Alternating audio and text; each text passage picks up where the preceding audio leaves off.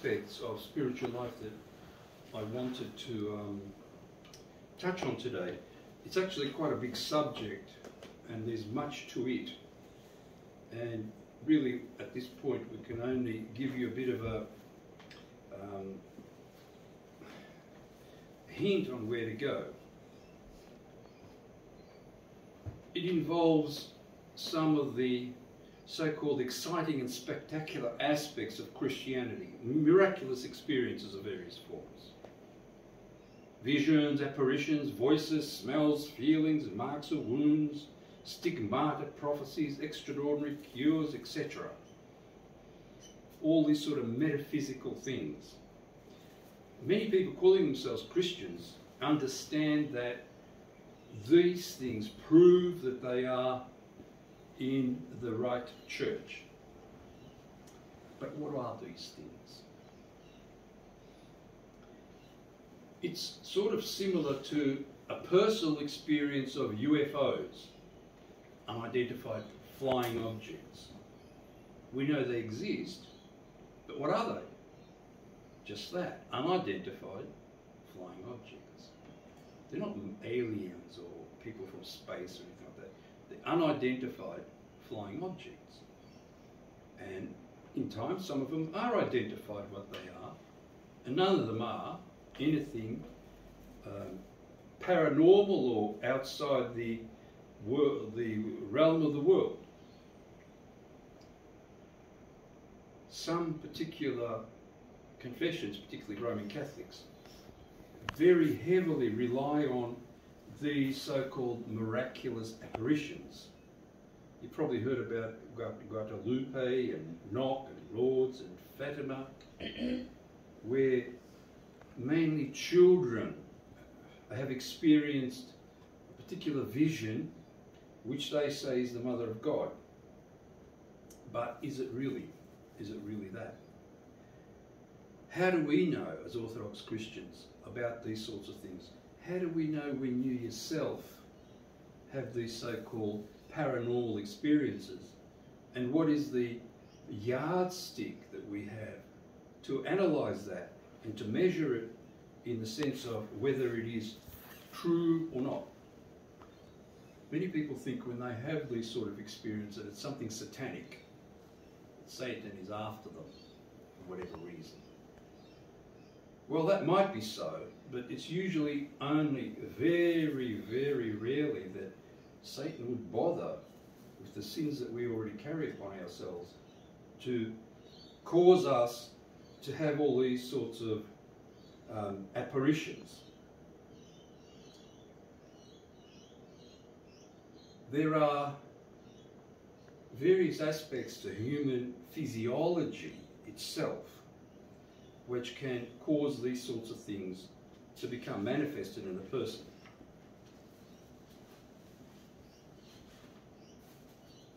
People do have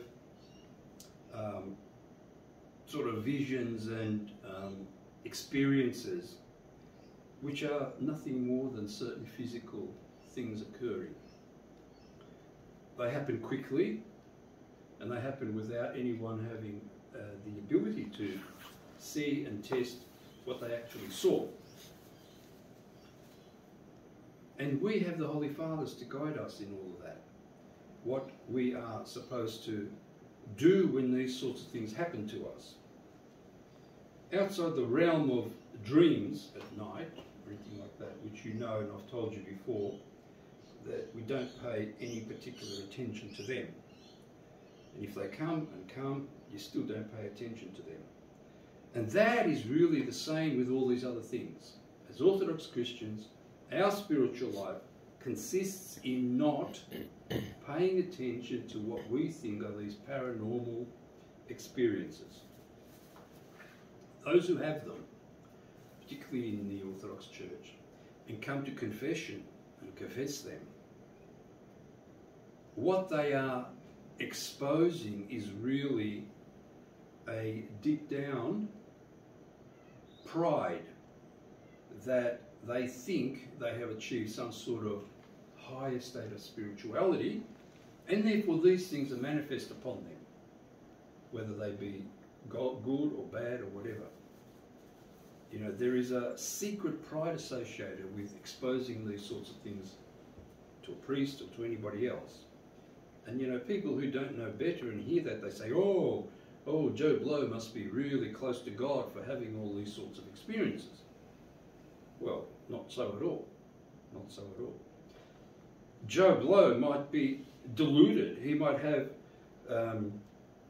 psychosomatic type mental activities which are quite naturally explained just by physiology and human behaviour, rather than by anything that is manifest from either the demonic or the heavenly realm. With some of the people that I've come across, they tell you about exorcists. You know, exorcists are supposed to be certain people who believe they have certain gifts to expel demons. When you talk to these exorcists, and I'm not talking to any of the ones in Orthodoxy, but outside, you find a person who is in great delusion, who talks to demons and uses them as if they're a friend that they can have a conference with. You know, what sort of situation is that for somebody who's supposed to be purging demons out of people? Today we read, or maybe it was the previous time, about the statement that Satan purges out Satan from people. How can the kingdom be steadfast if Satan purges out the demonic realm from somebody? You see? So all that is subject to all these sorts of wayward things which, as Orthodox Christians, in your spiritual life, you should ignore. If they happen to occur to you, you just pray and ignore it. You don't analyze it, you don't go deeper into it, you don't try and find out about it, you just ignore it. The two main fairly recent saints that have written something about this, Saint Theophan the Recluse and Saint Ignatius Bracinino. And you should get some of their books in English. And also, even more closer to us is Father Seraphim Rose, who wrote quite a bit about those sorts of experiences, all these sort of supernatural experiences, near-death experiences, or people that have apparently died and come back again. All that is explained in these sorts of texts. I don't want to go into too many of these things, but to give you a couple of, or a few, guidelines. Number one, the natural phenomena. We often see things at night, shadows, weather effects, things that go bang in the night, that can be mistaken for something paranormal, but they're not. It's normal phenomena. People have hallucinations, and particularly today when we have people taking all sorts of medication, alcohol, drugs, those having poor vision, poor hearing, this pace of life, impatience, sleeplessness, haste, all these can induce visions, hallucinations, and all these sorts of things. Nothing's particularly spectacularly demonic about that. Anything that's unclear, fuzzy, which really is the experiences that these Roman Catholic people have had. It's very unclear what they saw, and the associated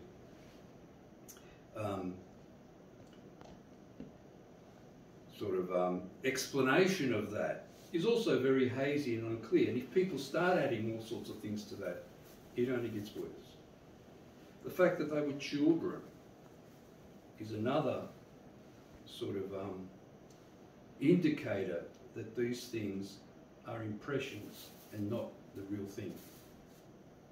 One of the biggest ones that we hear about these sorts of things happening outside Orthodoxy is when that vision or that voice starts teaching you or telling you things that are quite obviously in the church heretical. Things like Immaculate Conception, Bleeding Hearts, Purgatory. There's even one apparently involving the Mother of God in a hazy way, where she says that we have to go and convert Russia to Christianity. You know, Russia's been Christian, and strongly so, for over 1,000 years. And in fact, in the past century, it withstood for 70 years the greatest persecution against Christians that the world has ever known. Far, far greater than what was happening in the first century, or the first centuries. Or anything that produces sort of emotionalism, nervousness, jerking, and all those sorts of things are also not to be taken as something metaphysical, nothing miraculous about it.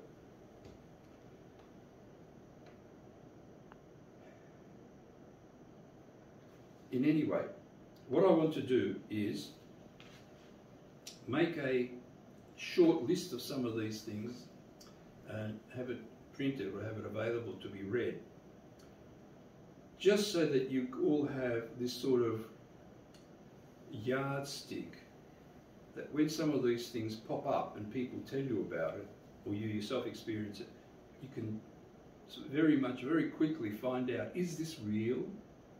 Is this really something outside the realm of normal life? Is it something from heaven, or is it something from the demonic realm? Because those sort of visions that are truly from the heavenly realm and even from the demonic realm are very rare. You know, we all say that the demons influence us with this, that, and this and that. And there is a truth in that. But to them actually manifesting themselves upon a person, particularly if a person is trying to be pious and trying to live some sort of good life, is extremely rare. It's usually something else to do with one's spiritual and physiological state. Therefore, be very careful. The scripture is quite clear. St. Paul writes, you have to test the spirits. You have to be able to discern them and test them, and not just accept it as something that can be taken when it is in effect false and can lead you down the wrong path to salvation, and people can even lose their salvation with that. That even happened to some of the saints. For example, Simeon the Stylite used to stand on this high pillar by himself for years on end praying, had a vision of a chariot come with whoever was in there saying, step in the chariot and God has sent this to you to take you to the heavenly realm. And as he was about to step in, he crossed himself, said a prayer, and the image disappeared. And he realized it was indeed a demonic apparition, and had he stepped in that, he would have fallen to his death. You know, things like that occur. On account of that, he then stood on one foot for the rest of his life on that pillar, you know, showing you how people truly repented that are called the saints in our time. So be alert to that sort of thing. As a priest, we get people telling us these sorts of things in confession. And sometimes they are insistent that what they experience is something metaphysical. And when they insist, that's a sure sign that they're getting some sort of prideful or vain aspects out of that, that it's flaming up their own passions because they think they are progressing spiritually, and God sends them this to show that these metaphysical things exist. It's a sort of like a proof that Christianity exists, a proof that there is spiritual life and another life altogether. God protect us from such things in our life. Don't seek those things. We have our prayer rules. We have the church. We have all the writings of the Holy Fathers. We have all the understanding that is given to us to lead a spiritual life in quietness. If something is quiet, if you experience a sort of a quiet situation in your soul, that's the best. that is more a sure sign of something good happening in your spirituality, rather than these upsets and all these sort of metaphysical phenomena that cross our paths in this life.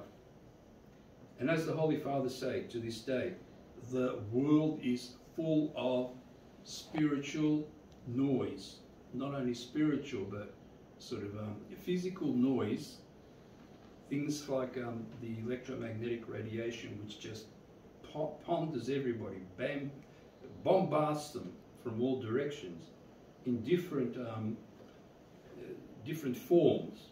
All those things can cause a person to experience hallucinations and various experiences which are not as such from either the heavenly or demonic realm, but purely something physical that, like UFOs, is not explainable right now necessarily, but it's there, and it's nothing to be particularly proud of or to hang on to in your lives, and thinking that you are progressing somehow by having these things. God protect us for such outcomes in our life, and may we have that peace which is the true indicator that our spiritual life is more or less going on the right path.